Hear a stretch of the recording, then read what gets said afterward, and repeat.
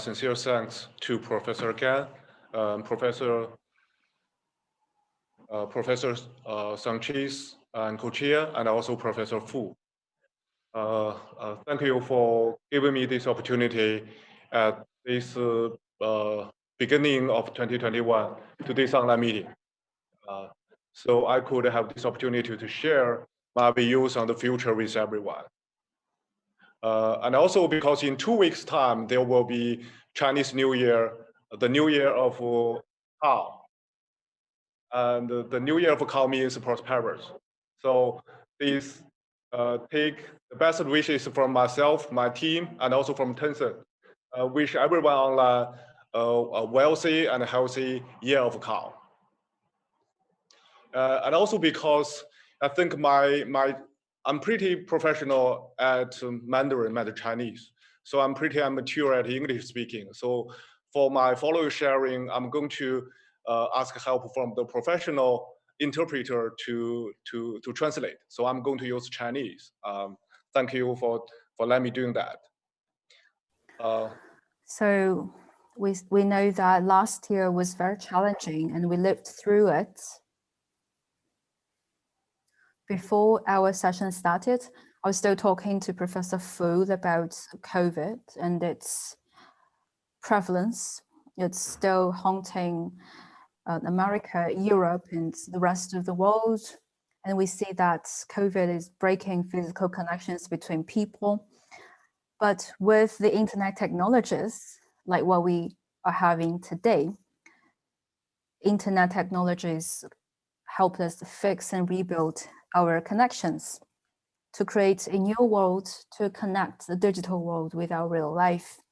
That will lay new foundations for social and economic recovery. As you can see, China has controlled pandemic quite well. Our work and life is back to normal. So when COVID broke out, Tencent immediately took actions, taking on our social responsibilities as a tech company and fulfilling our mission of value for users, tech for good. So just to share with you some figures, starting from last February, Tencent set up a 1.5 billion yuan domestic fund and a $100 million global fund to fight COVID.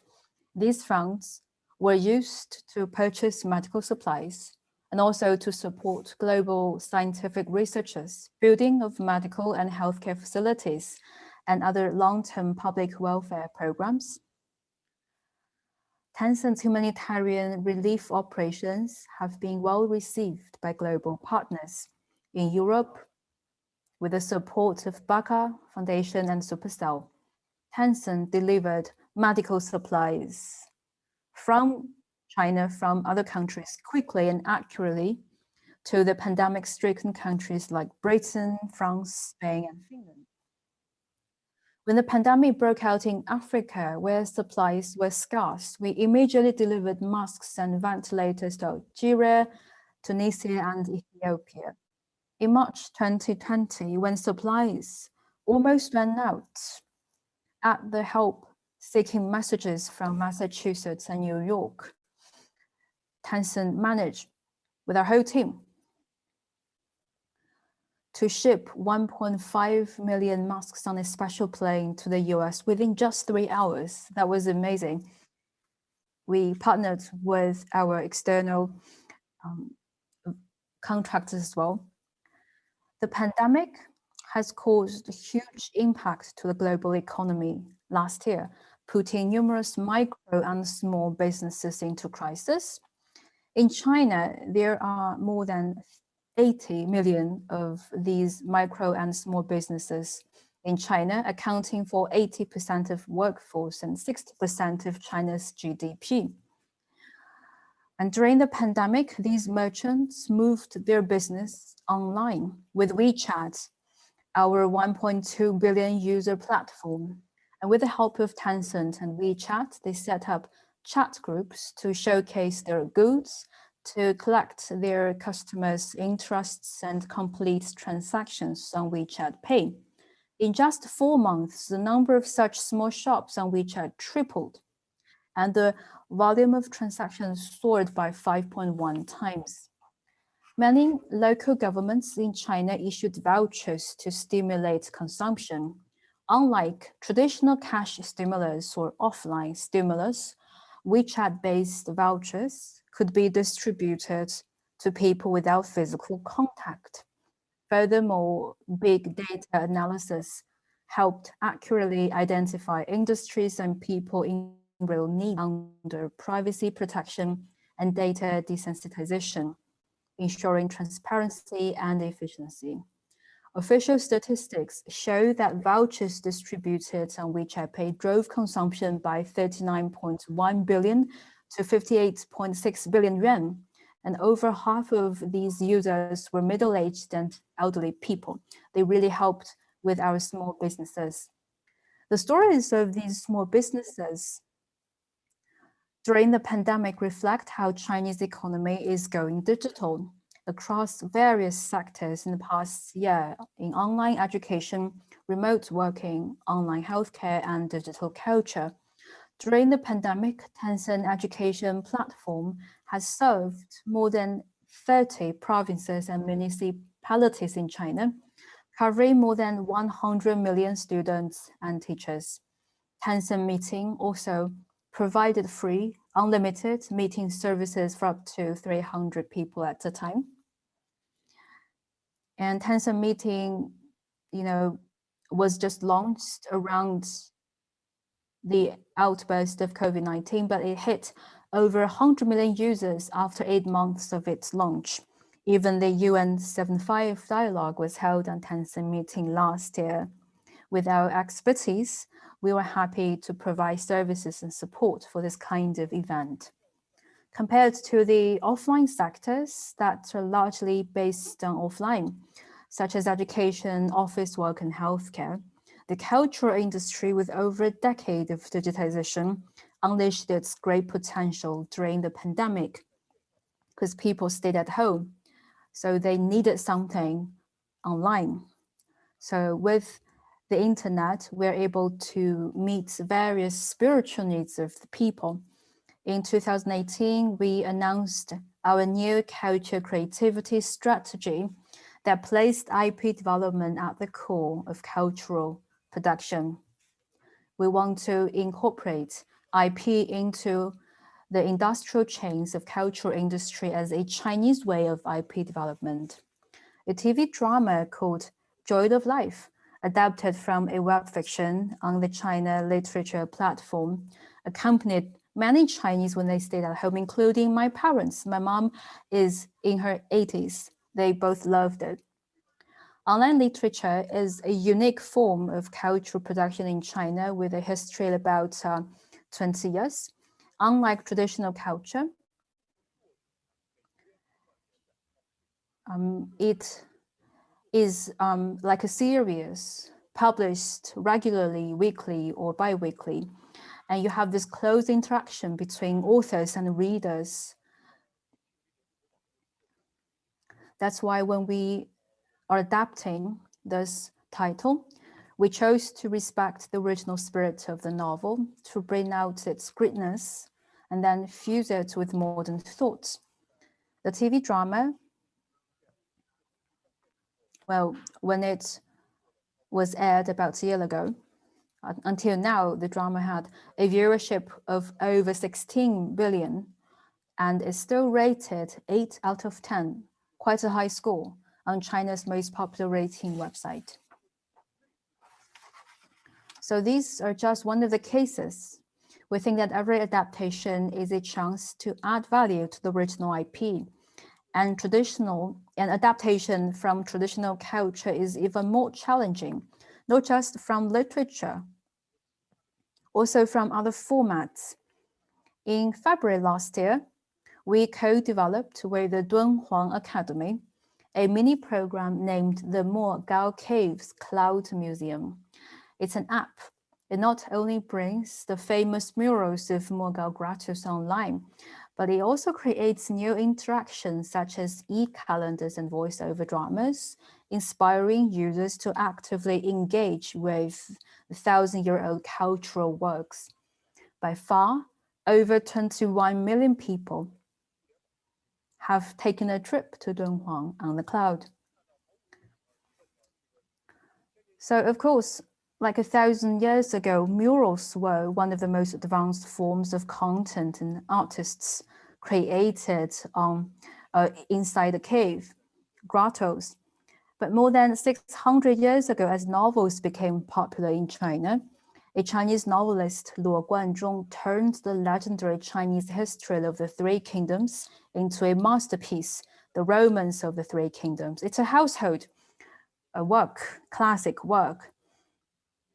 Even in the past decades, you see many movies, or dramas, and games to adapt this work. Well, if the author, Mr. Luo, could travel to the modern world, how would he depict the history of the past three kingdoms? Well, it's difficult for us to guess this answer, but a historian who's an expert in the culture of three kingdoms gave us a possibility last July. At that time, we were preparing a new version of Honor of Kings, a popular mobile game by Tencent.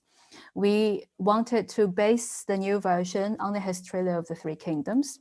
We invited Professor Ge Jianxiong, a famous Chinese historian, to lead a team of history experts for the game development. They studied on the history details for the game and created a brand new interpretation of that history. Of course, we learned a lot from them, and then we had a new version, the Three Kingdom version for that game. And the new version soon received tens of thousands of likes from gamers. As Professor Ge said, while staying faithful to history, we have to use our imagination and creativity to develop cultural products that truly belong to modern people.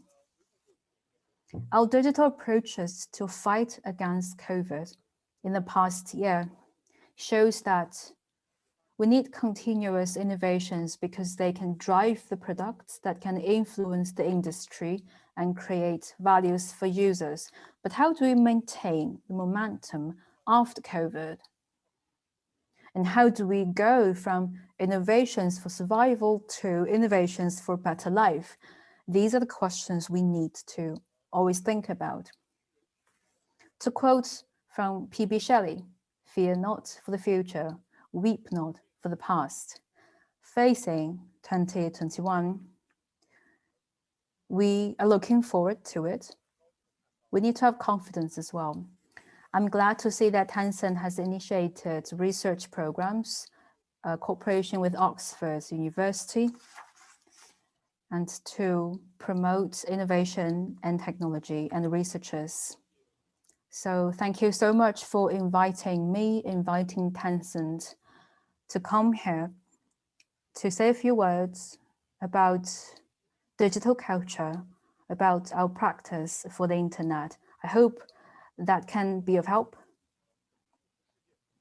And may the world get out of the shadow of COVID-19 soon, and hope that everyone here can have great health going forward. Wish you an auspicious year of the Year of Ox. Thank you. That was very inspiring and exactly what we need at the beginning of the year, and both at a moment where we are really struggling, but we are all looking for a brighter future, as you were saying. So I wonder whether I can ask you a couple of questions, whether you have time for a couple of questions. Thank you so much. That's very kind of you. So the first is, I think you have shown very clearly not just the growing importance, but the changing nature of the digital world and how much it can do things for us in this challenging time. But of course, as you also mentioned, these are challenging times. So I wonder whether you could tell us a little bit more about the challenges that your company, that Tencent, has faced to implement the vision that you had, and how you have tried to overcome those challenges. Thank you, Professor, for the question. So I'm trying to answer your question, but still in my familiar language, Chinese. Okay. Well, we announced it on November 11th, 2019, the company's 21st anniversary, about more than a year ago, we issued our new mission and vision, value for users, tech for good. In this new era, changing era, especially during COVID-19, more and more technology innovations are emerging. But how to make the best use of it is always a question we want to address. Like Professor David Gan mentioned, that there are benefits, but there are also pressures brought by technology innovations. We are convinced that technology is a tool. The use of it for good is a conscious choice, which is to provide better products and services to users, to improve ourselves, to better serve other people. We need to know what to do and what not to do, to tell the right from wrong. And for each of our employees, we prioritize the needs of our users and incorporate the consideration of social responsibility in our products and services. So we are a technology plus culture company. Standing from there, we hope to innovate technologies while honoring our culture and traditions. We'll also want to support various industries to upgrade digitally and promote the sustainable development of society. That's what we are thinking about. Thank you so much. That's very interesting, and something that obviously I think the rest of the conference will discuss about how to meet these challenges. So Professor Fu has also noticed, as I did, and told me to ask about this term neocultural creativity, which I also found very interesting when reading your biography. So it's interesting because, like the center and like the department, we are trying to also combine traditional culture with new technologies and thinking about it. So I wonder whether you can tell us a little bit about the term and how it is a term that helps us to think about the way to promote culture in more innovative ways. Well, personally and based on my work, I think culture does not exist without technology, without people. The birth of culture, the development of culture has a lot to do with the progress of humanity, of our society and economy, especially right now. The changes of the internet and mobile internet and the birth and penetration of smart devices have profoundly affected the way culture is experienced, produced, and disseminated. Of course, right now, everyone can easily speak to the world about culture with their inspiration and creations through the internet and smart devices. They can create that, they can recreate, and then they can disseminate. So this shows that the digital culture industry saw tremendous development in terms of quantity and diversity, offering easier access and providing richer experience. Like the China Literature platform I took on last year means new way of cultural expression. In the past, it was quite difficult to create, disseminate, and share one's cultural works. Like Mr. Mo Yan, the Nobel laureate for literature in China, and together with other people, they said in the past it was so difficult for them to create a work and then to talk to a publisher about how to get their work disseminated, etc. But now with the internet and smart devices, we can all become a creator, disseminator, and a sharer. I think this is a huge and fundamental change for this industry. I think technology and culture never go against each other. They always go together with each other. Of course, with culture, science and technology will have new meanings and continue serving humanity instead of, a future where we worry AI will control us or even exterminate us. etc. In the meanwhile, technology also helps promote culture with new possibilities, and technology helps to carry culture forward. When technology and culture go hand in hand together, we'll have a happy and harmonious world that respects of this. Perfect. Thank you so much, Mr. Chen. It was a very nice way of starting a conference and puts a lot of important things on the table based on your own work as a leader, but also on Tencent work. So I'm very thankful to you.